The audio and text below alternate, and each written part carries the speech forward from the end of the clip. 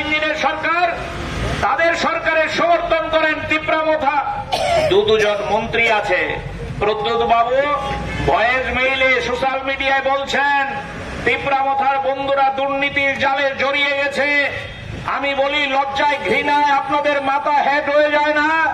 বিজেপির কর্তা ব্যক্তিরা যারা মুখ্যমন্ত্রী, যিনি দুর্নীতিমুক্ত প্রশাসনের গল্প করেন, ওই সঙ্গে সঙ্গে 1 ঘন্টার মধ্যে তিপ্রামথার যারা মন্ত্রী আছে তাদেরকে মন্ত্রিসভা থেকে বরখাস্ত করবেন না।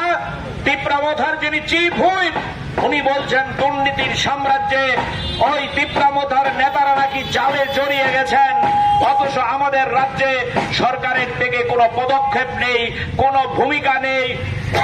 যে কোনো মূল্যে ক্ষমতায় থাকতে হবে, চেয়ারে থাকতে হবে। এটাই হচ্ছে আজকে ডাবল ইঞ্জিনের সরকারের 1 নাম্বার ব্রত, 1 নাম্বার কথা। অন্য আর যাই হোক, মানুষের নাগরিক পরিষেবা এই দিকে নজর দেওয়ার দরকার নেই।